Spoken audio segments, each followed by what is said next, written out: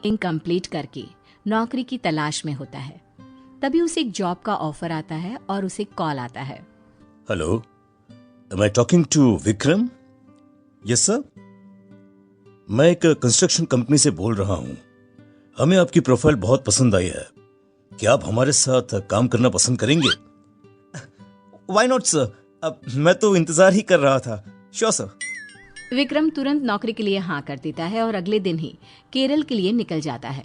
केरल पहुंचकर विक्रम जब कंपनी में जाता है। Excuse me sir, may I come in? Oh yes yes, please have a seat. Vikram बैठ जाता है। फिर मैनेजर विक्रम को बताता है, देखिए बात ऐसी है कि पुराने शमशान को हमारी कंपनी ने खरीद लिया है और वहां एक फैक्ट्री सेटअप करनी है।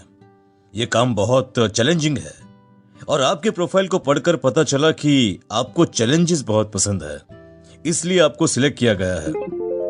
You are right sir, I want challenges. Vikram site देखने निकल जाता है। वहाँ उसे पता चलता है कि उसे रात में भी वहीं रहना होगा। ओह, मेरे रहने का इंतजाम भी यहीं पर किया गया है। अच्छा है, कोई बात नहीं, मैं तो अकेला हूँ, कहीं भी रह सकता हूँ। विक्रम खा पी कर वहीं पूरे कब्रिस्तान में घूमता है। शाम होते ही उसे कुछ अजीब अजीब सा महसूस होने लगता है। वहाँ उसके साथ प्रमोद और कुछ लेबर भी रहते हैं। वो उनसे कहता है, यहाँ बहुत नेगेटिविटी लग रही है मुझे। अरे ओ भाई, ये कोई मामूली जगह थोड़ी है, शमशान घाट है भाई, शमशान घाट। पता नहीं ये कंपनी वालों को ऐसा क्या सूझा जो ऐसी जगह पसंद कर ली। अरे भाई, डरने का क्या इसमें है? इसमें डरने जैसी कोई बात नहीं है।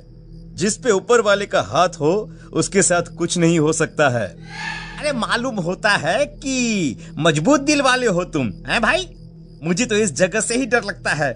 पापी पेट के लिए ये सब करना पड़ता है और कुछ नहीं। प्रमोद और विक्रम एक ही कमरे में सोते हैं और 4-5 लेबर उनके ठीक बगल के कमरे में सोते हैं। ये नींद तो मुझे आ नहीं रही है। चलो जरा जाकर देखता हूँ कि यहाँ पर लोग इतना डरते क्यों हैं। ऐसा क्या है इस जगह में? विक्रम उठकर कमरे से बाहर निकलता है तो उसे किसी के रोने की आवाज सुनाई देने लगती है। रोने की आवाज से उसका मन विचलित हो जाता है और बहुत ढूंढने पर भी उसे वहाँ कोई दिखाई नहीं देता। वो भागते हुए लेबरों के कमरे में जाता है। यहाँ पर सब कुछ सही है, सब सो रहे हैं, फिर ये किसके रोने की आवाज थी? विक्रम कमरे से बाहर आता है। तब एक काली बिल्ली उसे घूरती रहती है और भागकर एक पेड़ पर बैठ जाती है और म्याऊ म्याऊ करने लगती है। फिर विक्रम को उसी पेड़ पर एक औरत दिखाई देती है। बिल्ली उस औरत की गोद में जाकर बैठ जाती है। देखते ही देखते वो औरत गायब हो जाती है। विक्रम को कुछ समझ में नहीं आता। दिन के 4 बज जाते हैं और विक्रम सो जाता है। अगले दिन वो ये सारी बातें प्रमोद को बताता है। अरे भाई, अरे मैं नहीं रहूंगा यहाँ, अरे नहीं तो मुझे हार्ट अटैक आ जाएगा भैया। अरे यार, मैं हूं ना तेरे साथ, तू अकेला नहीं है। अगली सुबह विक्रम अपने काम में जुट जाता है। फिर प्रमोद को पता चलता है कि निखिल, जो कि एक लेबर है, उसकी मौत हो गई है। वो विक्रम को तुरंत ये खबर देता है। अरे नहीं नहीं विक्रम भैया, पुराने लोग सही कहते हैं। अरे ऐसी जगहों से दूर ही रहना चाहिए। निखिल की मौत हो गई ना, किसी को भी नहीं पता चला वो कैसे मरा। बाकी मजदूरों का कहना है कि यहाँ रूहें घूमती रहती हैं। लेबर लोग बोल रहे थे कि वो लोग यहाँ से चले जाएंगे। जिसको जाना है वो जाए, मैं इन सब में विश्वास नहीं करता हूँ। मैं इस प्रोजेक्ट को पूरा करके ही यहाँ से जाऊंगा। सभी लेबर प्रमोद और विक्रम के साथ निखिल की बॉडी का दाह संस्कार करते हैं। अंतिम संस्कार पूरा होते ही उसी शाम सभी लेबर विक्रम के पास आकर कहते हैं, अब देखिए साहब, ऐसे जोखिम में हम यहाँ पर नहीं रह सकते हैं। कल का सूरज निकलते ही हम सब अपने अपने गांव चले जाएंगे। हाँ। रात को निखिल की मौत से विक्रम को बेचैनी हो जाती है। उसे लगता है मानो कोई उसे आवाज दे रहा हो।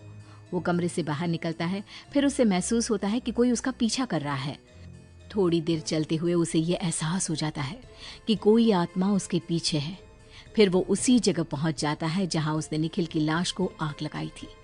थोड़ी ही देर में बहुत सारी आत्माएं उसे घेर कर खड़ी हो जाती हैं। विक्रम अपनी जान बचाने के लिए कमरे की ओर भागता है और पसीने से भर जाता है। फिर बेहोश हो जाता है। अगली सुबह प्रमोद उसे इस हालत में देखकर पूछता है, अरे ओ भाई, अरे तुम फर्श पर क्या कर रहे हो वहां पर? यार यार मुझे माफ कर दे। तुम लोग सच ही कह रहे हो, आत्माएं होती हैं, हमें कुछ करना होगा। किसी भी तरह हम दोनों को यहाँ से निकलना होगा, वरना सभी लेबर आज चले जाएंगे और हम दोनों यहाँ पर अकेले रह जाएंगे। सर, पर ये लेबर नहीं जा रहे हैं, उन्होंने अपना फैसला बदल दिया है। जब मैं नहीं डर रहा तब आप कैसे डर सकते हैं?